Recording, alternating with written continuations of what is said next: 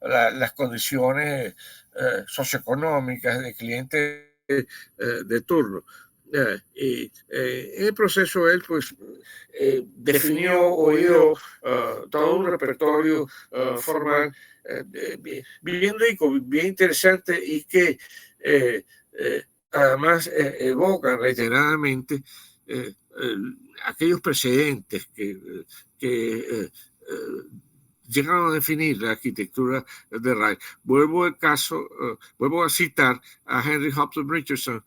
De igual modo, así como pueden ustedes obtener información acerca de todos y cada uno de estos edificios de Wright que estoy acá citando, pueden también eh, encontrar información útil, interesante, fascinante, que nos ayude a entender cuáles son las raíces de su obra.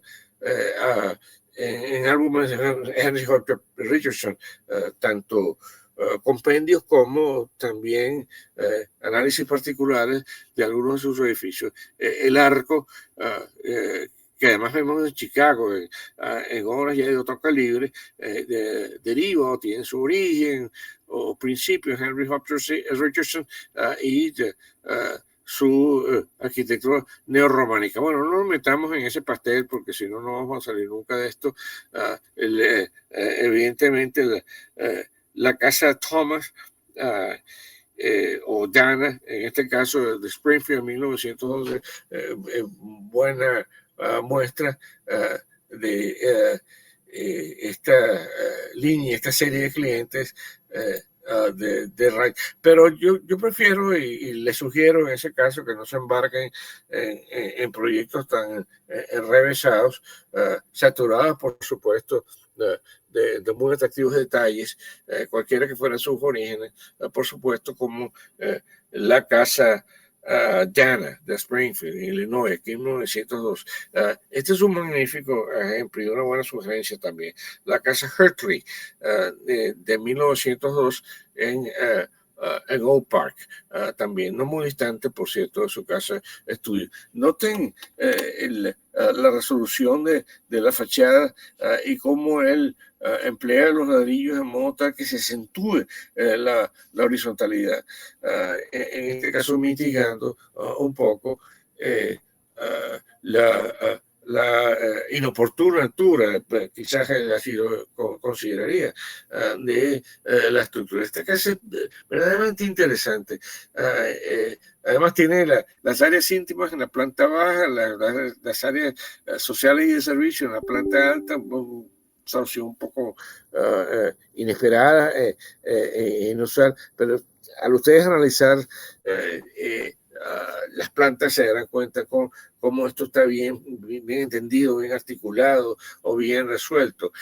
La casa Hertley, de igual modo, exhibe en su entrada principal un delicioso arco que rememora a Henry Hobson Richardson una vez. Recomendación a uno, la casa Hertley aquí está en el interior, en la planta alta. Bueno, sigamos adelante.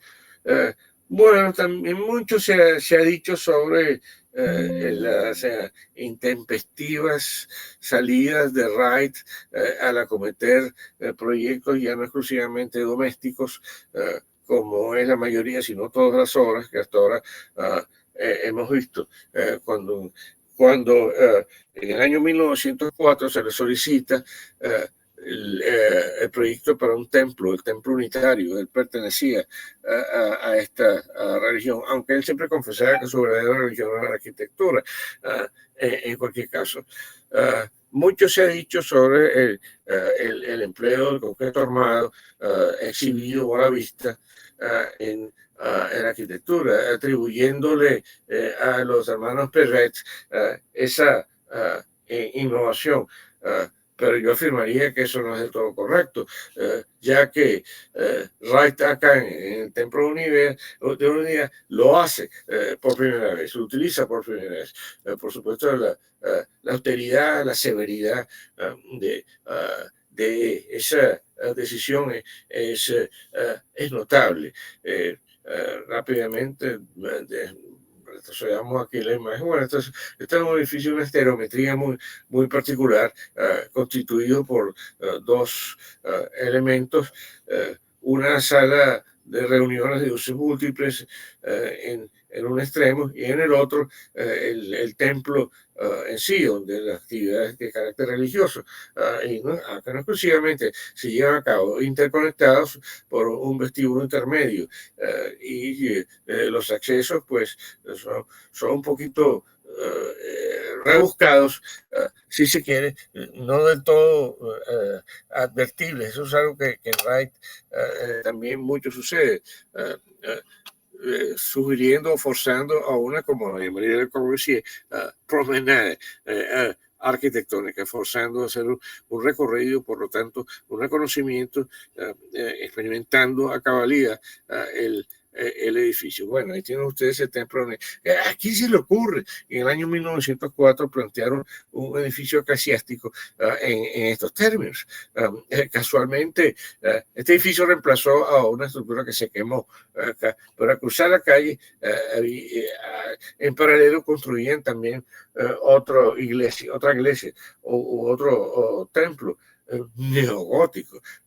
Muchos estimaban que esto era una idea grotesca, de una severidad extrema, y que por supuesto poco o nada tenía que ver con un edificio de carácter religioso. Aparece más bien como un templo egipcio, no sé cómo calificarlo en ese caso.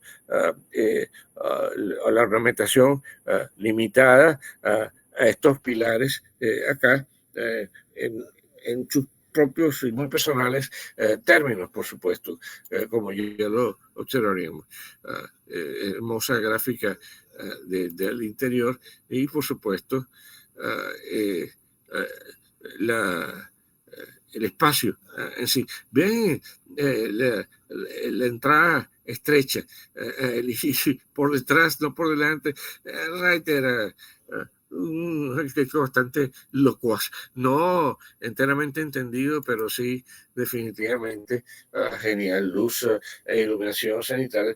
Estos son los espacios más sacralizados de Wright, por supuesto que cualquiera interesado en conocer la arquitectura de este personaje no puede omitir el templo de la unidad. Era lo más grande que hasta ese momento había hecho, pero por supuesto no comparable al compromiso que adquiere al ser solicitado para la construcción de la sede administrativa del edificio Larkin, o de la compañía Larkin en Buffalo, en la ciudad de Nueva York. Una serie de relaciones con previos o viejos clientes le permite llegar a este proyecto que se convertiría en el más ambicioso por Wright jamás conseguido. Bueno, aquí se nos entromete de nuevo esta visión interior del templo de la unidad, que tendría mucho que ver con lo que procuraría acá. Un edificio en términos de lo que esto representaba a principios del siglo XIX, por supuesto, a XX, debo decir, sórdido. Este es un espléndido render realizado por un joven arquitecto español que ha buscado reconstruir mucho de la arquitectura de estas edificaciones de Wright, que lamentablemente han desaparecido. Vean el contraste entre este vehículo y el edificio en sí. Esta es la arquitectura moderna, bueno, en sus propios términos y de acuerdo a su personal manera, o su propia manera, sí que lo es. Pero bueno, David Romero es el nombre de este joven arquitecto que ha creado esto, y nos permite reimaginar lo que fue este espacio. El edificio Larkin, aunque no es un proyecto doméstico, por supuesto, es, si hubiera lugar a tratarlo, una excelente opción para su análisis, porque en su instante fue algo verdaderamente notable, porque logra integrar por primera vez en la historia, si se quiere, las instalaciones mecánicas y de todo tipo con la arquitectura del edificio. Ya no solo un problema de espacio, sino de funcionalidad o de operatividad. Acá hay algunos criterios, por supuesto, en torno a la distribución de los espacios de trabajo y su vínculo con las distintas jerarquías de la empresa, cómo aquello se articulaba, cómo los empleados interactuaban. Esta es una compañía que vendía productos por correspondencia, fundamentalmente de limpieza y de otro tipo. Los cambios que se experimentaron en la medida en que el siglo XX transcurría, pues ya hicieron de estos esquemas empresariales un poco anacrónicos. El edificio entró en desuso y a pesar de que hubo intentos por reciclarlo, convertirlo en un centro comercial, que funcionó por algún tiempo, en eso fue posible mantenerlo y en los años 30 fue demolido. Noten el mobiliario, que es algo excepcional acá. Una de las primeras instancias, estamos hablando del principio del siglo XX, por supuesto, se construyen muebles metálicos. Bueno, sigamos adelante. La ornamentación es muy copiosa, por supuesto. Es un aspecto de la obra que quizás ustedes podrían sospechar o especular que no está enteramente asociada al carácter innovador del edificio, pero creo que es un aspecto muy debatible. Por supuesto, y esta sí que es una obra de selección obligatoria, por supuesto, la Casa Robbie. Es verdaderamente excepcional. Muchas veces me preguntan, debido al hecho de que evidentemente he tenido mucho interés en la obra de Wright, ¿cuál es tu obra preferida de Wright? Y yo afirmaría sin ningún tipo de duda que la Casa Robbie. La Casa Robbie es excepcional, verdaderamente excepcional. Esta ya es una obra de una madurez única. Estamos hablando del año 1906. Insisto en el hecho de que si Wright hubiera muerto a finales del siglo XIX y no hubiera actuado en el XX, ya él pasaría a la historia como un extraordinario arquitecto, y de modo particular gracias a la Casa Robbie. Por supuesto que su obra no termina allí. Este edificio ubicado en una esquina, esta es otra maqueta hecha por estudiantes en los seminarios de Wright, tiene unas características verdaderamente particulares. Es una especie de paquebote que flota ahí en el espacio, que pareciera como navegar en las praderas del medio oeste norteamericano.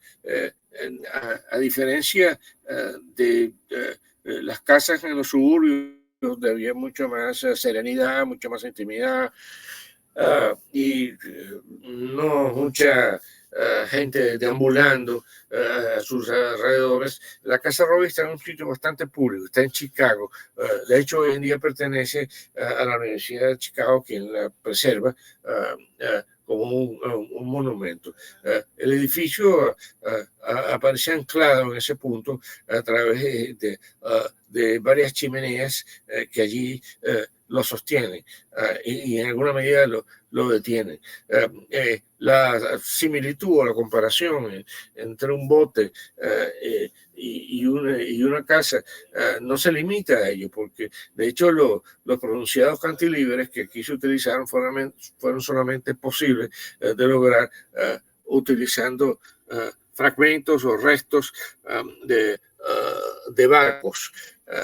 Fue el único, una estructura fundamentalmente metálica acá. Pero a propósito, precisamente, de la garantía de que, a pesar de que el edificio se ubica en un sitio público muy transitado, se obtuviera, lograra la intimidad o la privacidad en el edificio. Como él maneja las alturas, este balcón acá que mira a la parte crucial de la zona social, acá permite que desde acá pueda observarse la calle, pero que desde la calle no se puede observar esa zona. Acá hay un desnivel y los servicios fundamentales del edificio se localizarían en esta zona, quizás. El énfasis en la horizontalidad, que es algo que siempre Wright, por supuesto, preocupaba por razones ya comentadas, lo ha conseguido de manera muy sutil e interesante al mismo tiempo al utilizar el mortero horizontalmente. De manera que aunque no nos percatemos enteramente de por qué estamos percibiendo el edificio como más elongado de lo que realmente es, obedece a ese detalle o esa circunstancia. Aquí tienen ustedes una quilla, así podemos denominarlo, que mira la zona social. Por supuesto, el acceso, como ya lo hemos advertido en otros edificios, recuerden por un instante el propio Templo de Unidad de apenas 2 años anterior a esto, hay que descubrirlo. ¿Vean? Este es el acceso principal, ni siquiera es directo, hay como que hacer un recorrido muy particular. Otro detalle, por supuesto, común, no por ordinario, en la obra de Ray, es ese modo como él comprime y expande los espacios, y de acuerdo a una serie de criterios proporcionales que respondían a su propia estatura. Ya veremos que en algunos casos pues esto no funcionó del todo bien y se vio forzado a buscar algunas otras alternativas. Este es el propio exceso. Ascendemos a otro nivel que nos va forzando o conduciendo a zonas cruciales de la casa, como es por supuesto esta la que yo me refería, el sector social, la sala y el comedor acá atrás. Este es el gran ventanal con esos excepcionales vitrales muy especiales, muy particulares y muy retributivos en el caso de Ray, que miraba hacia la calle. Bueno, presumo que este edificio le resulta familiar, que es extremadamente elaborado, complejo. Si ya hemos afirmado que en su casa estudio era un laboratorio incesante, ¿qué podemos decir de Taliesin? Brevemente, porque esto hay que recordarlo. En determinado instante, estamos hablando del año 1909, 1910, Wright comete un gravísimo error personal, y así nosotros no somos nadie para así considerarlo, pero en cualquier circunstancia, Wright inicia un affair con la esposa de uno de sus clientes. Ya les afirmaba que no siempre los caballeros tenían oportunidad de reunirse con el arquitecto para decidir qué cosas se hacía. Allí eso quedaba en manos de las damas, y en tales circunstancias pues Wright comenzó esa relación con esta dama, Mama Borricini, una mujer muy avanzada para su época, escritora, en fin, habría que indagar más aún en la personalidad, el carácter, el perfil de esta señora, muy distinto a la de la esposa de Wright, que era la madre de 6 niños, que no tiene mucho más tiempo por ocuparse de su marido. En ese caso, Wright se enamoró perdidamente de esta señora en un momento que no pudo más ocultar esa relación, por demás escandalosa en aquella época. Por supuesto, pero lo cierto es que Ray decide abandonar a su familia. Vean ustedes lo que tanto criticó que su padre había hecho también. Y literalmente se escapa con Mama Bowick Cheney a Europa. Él tenía una oferta, y esto verdaderamente que fue clave en la dispersión del verbo wrightiano en Europa, de una editora alemana, Wasmuth, que quería publicar un libro que terminó siendo un portafolio de su obra, pero impecable. Creo que ahí en la Facultad de Arquitectura Central hay una copia del portafolio Wasmuth original. Y si no, por supuesto que hay reediciones modestas de esa obra. De modo que Wright, pues, opta por aceptar su oferta, se va a Europa, a Berlín, en principio, y allá redibuja. La historia de los dibujos de Reich es muy particular. Se le ha atribuido mucho más hermoso que allí hay, pero hay quienes colaboraron con él, una historia distinta. Bueno, Wright durante 3 años permanece en Europa, totalmente ligado, por supuesto, de su familia, trabajando en esto, y por primera vez en su vida entra en directo contacto con la arquitectura del pasado. Ray aprovechó esta oportunidad para aprender de la historia de la arquitectura, cosa que bien pudo haber resolvido, pero que eso no parece haber impresionado del todo. Aunque aquí, en el caso de Taliesin, pues cuando regresó a Estados Unidos, no lo hizo partner, no era socialmente aceptado, su carrera profesional se había descarrilado, si se quiere, y él sí opta por mudarse acá a estas propiedades de sus antepasados, los Lloyd Jones. Y